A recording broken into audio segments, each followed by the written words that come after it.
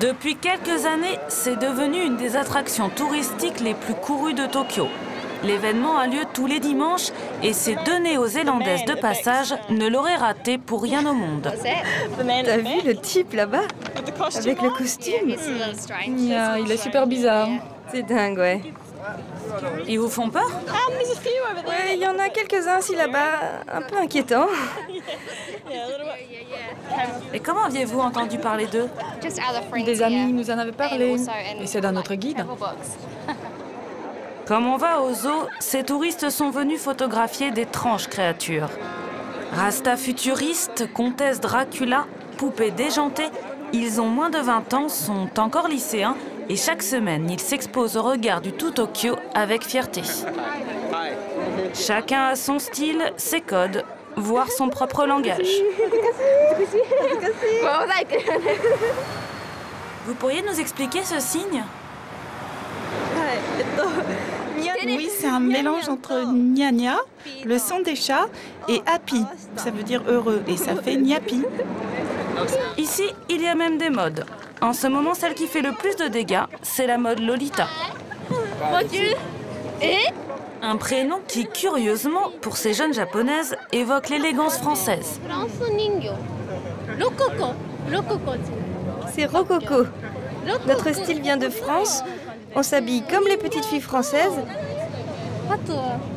Et puis on rajoute les accessoires de princesse et du monde de l'enfance. En principe, une Lolita doit être mignonne. Seulement, certaines y parviennent mieux que d'autres.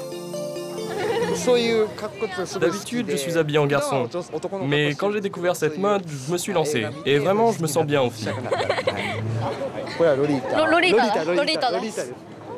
On porte un type Lolita, pas Lolita gothique. Nous, on veut être mignonne, avec des dentelles, des rubans, et pas sévère comme le sont les gothiques. Des excentricités qui font la joie des touristes, mais qui ont encore un peu de mal à passer auprès des mères de famille japonaises. Si mon enfant faisait la même chose, je dois dire que je ne le prendrais pas très bien. Mais là, vu de l'extérieur, ça ne me dérange pas. De toute façon, je ne pense pas que ces jeunes rentrent chez eux habillés comme ça. Ils doivent sûrement changer dans des consignes ou des toilettes publiques. Ils se doutent que ces tenues pourraient mettre mal à l'aise leur famille. Il faut qu'ils pensent à la réputation des parents et à ce que les voisins pourraient penser d'eux.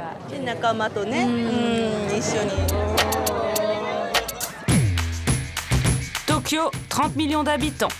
Une société très hiérarchisée où chaque individu travaille corps et âme au bon fonctionnement du groupe. Se déguiser devient alors un échappatoire, un moyen d'exister au milieu de la foule, d'oublier le poids des traditions.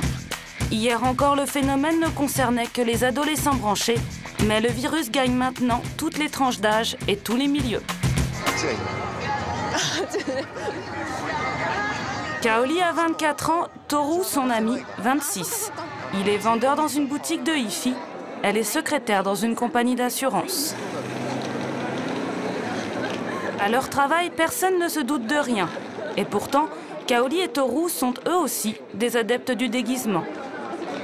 Leur univers, ce n'est ni les lolitas, ni les soubrettes, mais les mangas. Au Japon, ces bandes dessinées bon marché s'écoulent à 70 millions d'exemplaires chaque semaine. Parmi les plus vendus, Gundam Seed, créé il y a 30 ans, cette série est aussi déclinée en dessins animés. Kaoli et Toru en sont fans depuis leur enfance. Aujourd'hui, ils sont venus découvrir les nouveaux costumes des personnages que le magasin vient de recevoir. On pourrait voir le dernier épisode?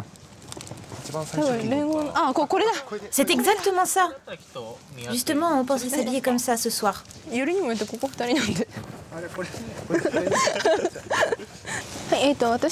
Moi, je serai Asrun, celui qui a les cheveux bleus. Il est très beau et a beaucoup de prestance. J'adore sa vie. Et toi, Toru, tu choisis qui? Moi, j'ai choisi Kira Yamato. C'est le héros. Il pilote le vaisseau Archangel et se retrouve à combattre son ami d'enfance. Je l'adore. Il est d'un grand courage.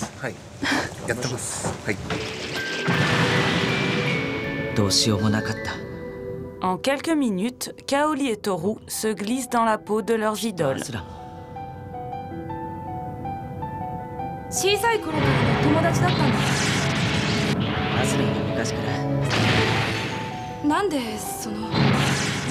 C'était mon rêve de porter ce costume.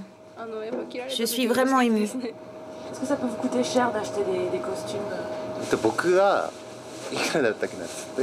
L'ensemble revient environ à 350 €, avec le blason. Mais attention, hein, je tiens à préciser que c'est le blason officiel, et c'est très rare.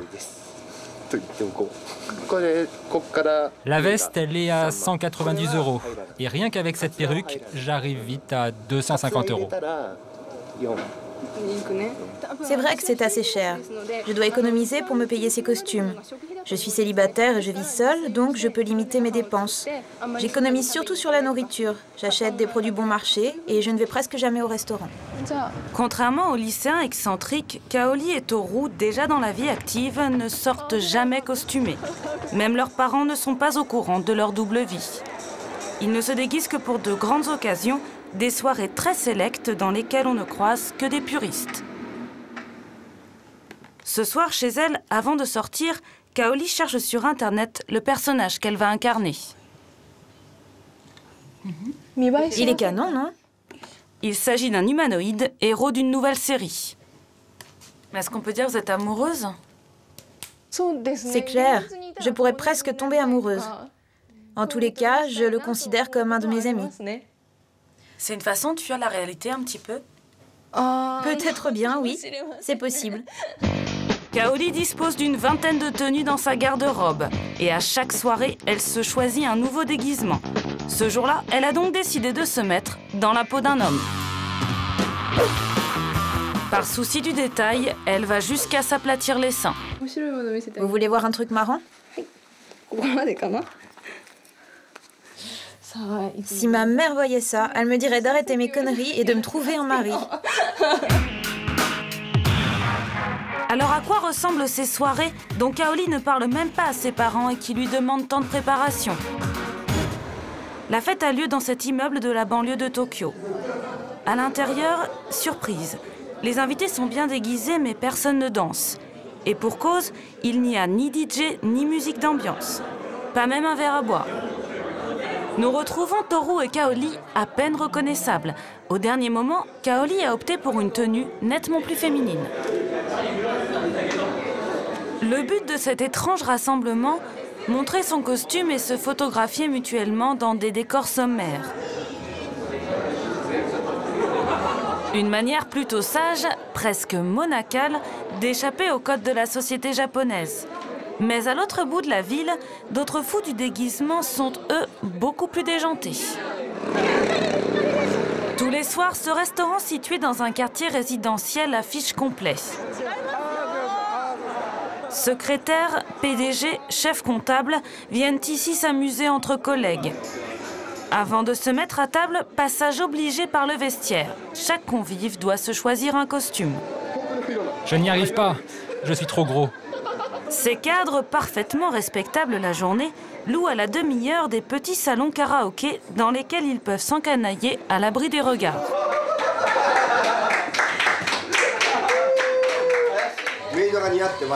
C'est génial de devoir en soubrette, ça change. C'est vrai, elle me fait fantasmer comme ça.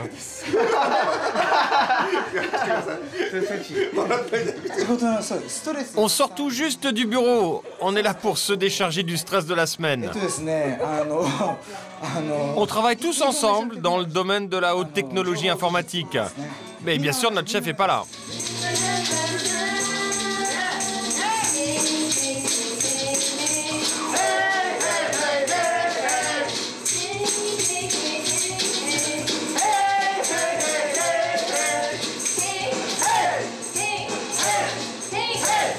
Chez les courtiers en bourse, dans le salon d'à côté, l'ambiance est encore plus survoltée.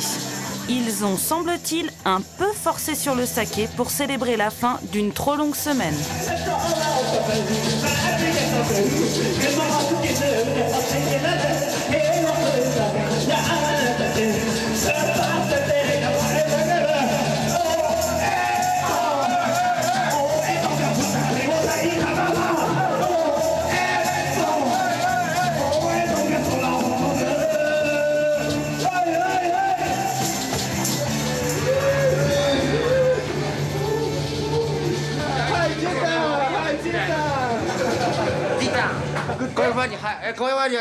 Dès qu'on sort du boulot, on vient ici et on se lâche.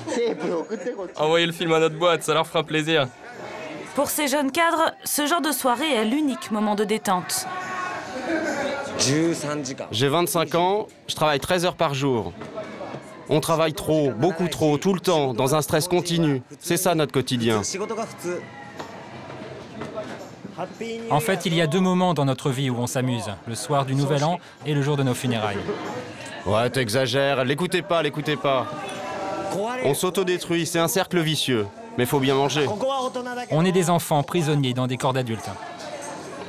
Après 2 heures de récréation, tout le monde se rhabille, retour à la réalité. Le prochain groupe attend son tour. C'est grâce à ces soirées que l'économie japonaise est compétitive. Ces soirées déguisées font un tabac. Ces derniers mois, 4 restaurants comme celui-là se sont ouverts à Tokyo.